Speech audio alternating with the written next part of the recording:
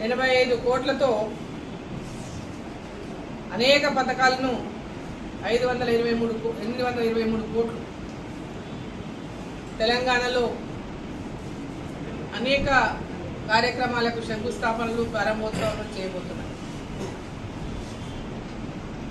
దీంట్లో ముఖ్యంగా మన పాలమూరు జిల్లాలో కూడా పెద్ద ఎత్తున నేషనల్ హైవే రోడ్స్ కూడా 4 లేన్ రోడ్స్ వచ్చినాయి. మనకు వాటిని కూడా భూమి పూజ చేయబోతున్నారు. మన జిల్లాలోనే 3,175 కోట్ల విలువైనటువంటి జాతీయ రహదారి పనులకు శంకుస్థాపన చేయబోతున్నారు. మన రైల్వే స్టేషన్ కూడా చూసినాం. మనం అది కూడా పూర్తయితే అది కూడా ప్రారంభోత్సవం చేయించాలని చూసినాం. కానీ ఇంకా పనులు కొంత మిగిలి ఉంది. మన రైల్వే స్టేషన్ కూడా పెద్ద ఎత్తున అమృత్ స్టేషన్ల కింద అభివృద్ధి జరుగుతూ ఉంది. జోగులాంబ స్టేషనే కానీ, గద్వాల స్టేషనే కానీ, మహబూబ్నగర్ స్టేషనే కానీ, జడ్చర్ల స్టేషనే కానీ, షాద్నగర్ స్టేషనే కానీ, రాష్ట్రంలో అనేక రైల్వే స్టేషన్లు అమృత్ కింద ఎయిర్పోర్ట్లకు ధీటుగా రైల్వే స్టేషన్లను ఇవాళ అభివృద్ధి చేస్తూ ఉంది నరేంద్ర మోదీ గారి ప్రభుత్వం. అనేక కొత్త రైళ్ల రాకపోకలు జరుగుతూ ఉన్నాయి. ఇంకొక కొత్త అడిషనల్ లైన్ ఈరోజు పనులు జరుగుతూ ఉన్నాయి. మహబూబ్ నగర్ నుంచి దోన్ వరకు 2వ లైన్ పనులు కూడా వేగవంతంగా జరుగుతున్నాయి. ల్యాండ్ అక్విజిషన్ పూర్తయితే పనులు ఇంకా వేగవంతం. ల్యాండ్ అక్విజిషన్ పోతే కొంత పనులలో ఆలస్యం అవుతుంది తప్ప పనులు రైల్వే శాఖ చాలా స్పీడ్గా నిధులు ఇచ్చి పనులను ఈరోజు చేపడతా. అనేక ఆర్ఓబీలు శాంక్షన్ చేస్తూ ఉంది. ఎక్కడెక్కడైతే అవసరం ఉంటే అక్కడ రైల్వే ఓవర్ బ్రిడ్జ్ అని శాంక్షన్ చేస్తూ ఉంది. జిల్లాలో అనేక రైల్వే ఓవర్ బ్రిడ్జ్లు శాంక్షన్ అయినాయి. అండర్ బ్రిడ్జ్లు ఎక్కడైతే ఆర్ఓబీకి ఫీజిబిలిటీ లేని చోట ఆర్యూబీలు చేస్తున్నారు. ఫీజిబిలిటీ ఉంటే ఆర్ఓబీలే చేస్తూ ఉన్నారు. ఎందుకంటే ఆర్యూబీలలో నీళ్ళాగి ఇబ్బంది పడుతున్నాయి చాలా చోట్ల అనే విషయానికి వస్తే ఎక్కడైతే ఆర్ఓబీకి ఫీజిబిలిటీ ఉందో ఆర్ఓబీలనే చేపడతా ఉంది కేంద్ర ప్రభుత్వం. మొత్తం కూడా కేంద్ర ప్రభుత్వ నిధులతోనే చేపడతా ఉంది. 40%, కేంద్రం 60% ఉండేది. ఇప్పుడు పూర్తిగా కేంద్ర ప్రభుత్వమే ఆర్ఓబీలను నిర్మాణం చేస్తూ ఉంది. ఆ రోడ్డు మొత్తం కూడా ఆ బ్యాలెన్స్ వర్క్ కూడా ఇంతకుముందు రాష్ట్ర ప్రభుత్వాలు చేసేవి. రాష్ట్ర ప్రభుత్వాలు చేయకపోవడం వల్ల అవి కట్టి కూడా ముద్దా కేంద్ర ప్రభుత్వమే వాటిని పూర్తిగా టేకప్ చేస్తూ ఉంది. ఇట్లా అనేక ఆర్ఓబీలు, ఆర్యూబీలు, కొత్త రైలు మార్గాలు, కొత్త రైళ్లు పెద్ద ఎత్తున మన జిల్లాలో కూడా అభివృద్ధి జరుగుతున్నటువంటి నేపథ్యం మనం చూస్తూ ఉన్నాం. నరేంద్ర మోదీ గారు ప్రధానమంత్రి అయిన తర్వాత పార్టీలకు అతీతంగా తెలంగాణ రాష్ట్రానికి పెద్ద ఎత్తున నిధులు ఇస్తూ ఆనాడు బీఆర్ఎస్ ప్రభుత్వం ఉన్నప్పుడు కానీ, నేడు కాంగ్రెస్ ప్రభుత్వం ఉన్నప్పుడు కానీ పెద్ద ఎత్తున నిధులను రాష్ట్ర ప్రభుత్వానికి ఇన్ఫ్రాస్ట్రక్చర్ కోసమే కానీ, రైల్వేల కోసమే కానీ, రోడ్ల కోసమే కానీ వేలాది కోట్లు, ఈరోజు లక్షలాది కోట్లు కూడా తెలంగాణకి ఇవ్వడం జరిగింది. ఈరోజు గ్రామాల అభివృద్ధి కోసం గ్రామ పంచాయతీలకు పెద్ద ఎత్తున కేంద్ర ప్రభుత్వం నిధులు మనం రోడ్లు వేసుకున్నా, అంగన్వాడీ భవనాలు కట్టుకున్నా, మహిళా సంఘం బిల్డింగ్లు కట్టినా, మహిళా సంఘాల వాళ్ళు గోడౌన్లు కట్టినా, ఈరోజు ప్రతి ఒక్కటి స్కూళ్లకు కాంపౌండ్లు కట్టినా, స్కూళ్ళకు అదనపు తరగతులు గదులు కట్టినా, గ్రామ పంచాయతీ భవనాలు కట్టినా, అదేవిధంగా తాగునీటి పథకాలకు కూడా ఎక్కడైనా అవసరం ఉన్న చోట నిధులు కావాల్సి ఉన్నా అన్నిటికీ కూడా కేంద్ర ప్రభుత్వం ద్వారానే ఇవాళ నిధులు వస్తూ ఉన్నాయి. పిఎంశ్రీ కింద పెద్ద ఎత్తున స్కూళ్ళ లోపల సైన్స్ ల్యాబ్లు, డిజిటల్ ల్యాబ్లు, లైబ్రరీ బిల్డింగ్లు పెద్ద ఎత్తున ఈరోజు నిర్మాణం జరుగుతూ ఉన్నాయి. మరి ఈరోజు పెద్ద ఎత్తున అభివృద్ధి పనులు పక్క చేస్తూ విద్యను, వైద్యం పట్ల కూడా పెద్ద ఎత్తున నిధులు కేటాయించింది రాష్ట్ర ప్రభుత్వానికి. ఇవాళ విద్య కంటే స్కూళ్ళల్లో పిల్లలకు మధ్యాహ్న భోజనమే కానీ, వాళ్ళకి యూనిఫామ్లే కానీ 60% కేంద్ర ప్రభుత్వం ఇస్తే 40% రాష్ట్ర ప్రభుత్వం.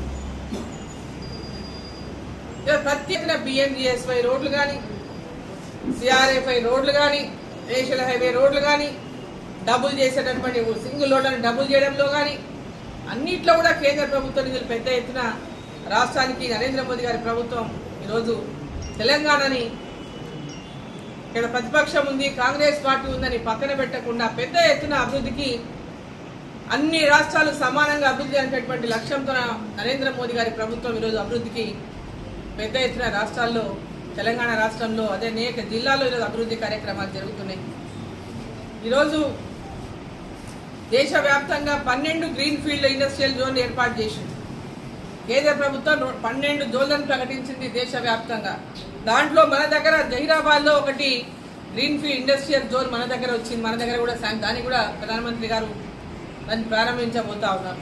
అదేవిధంగా ఈరోజు పెద్ద ఎత్తున యుద్ధం ఒక పక్క మనం చూస్తున్నాం. యుద్ధం సందర్భంగా అన్ని దేశాల్లో అన్ని ధరలు పెరిగినాయి. ఉప్పు, పప్పు, కారం దగ్గర నుంచి పెట్రోల్, డీజిల్ దగ్గర నుంచి అన్ని రకాలుగా కూడా ఇతర దేశాల్లో ధరలు పెంచితే డీజిల్ కొరత ఉందని ఒకరోజు పుకారు.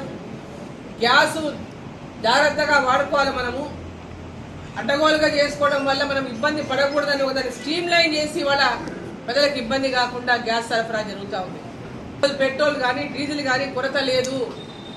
మీడియాలలో వచ్చిన వాటిని నమ్మి మీరు లైన్ బారు తీరకండి పెట్రోల్ బంకులని కూడా స్పష్టంగా కేంద్ర ప్రభుత్వం చెప్పింది.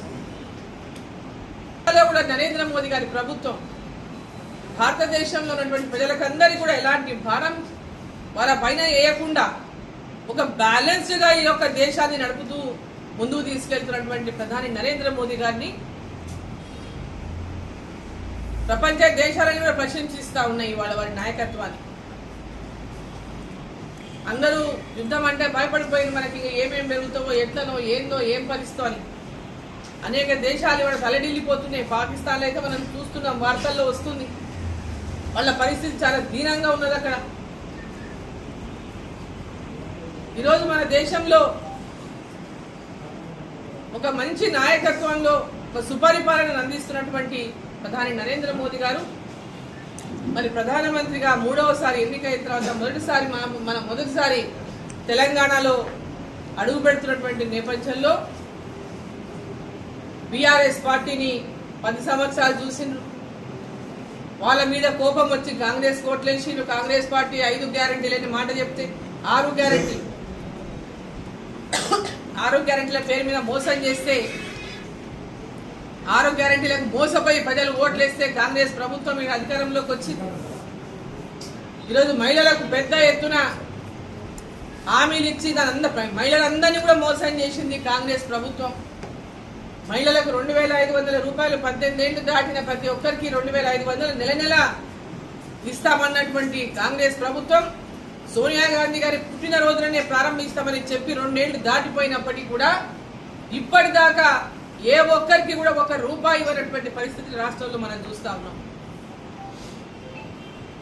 అదేవిధంగా పెన్షన్లు 4-5 ఏళ్ల నుంచి కొత్త పెన్షన్ల కోసం భర్తలు చనిపోయిన వాళ్ళు, పెన్షన్ అర్హత ఉండి పెన్షన్ రానోళ్ళు, ఏ దిక్కు లేనటువంటి వాళ్ళు, అదేవిధంగా వికలాంగులు దాదాపు 4-5 సంవత్సరాల నుంచి కొత్త పెన్షన్ల కోసం ఎదురు చూస్తా ఉన్నాం.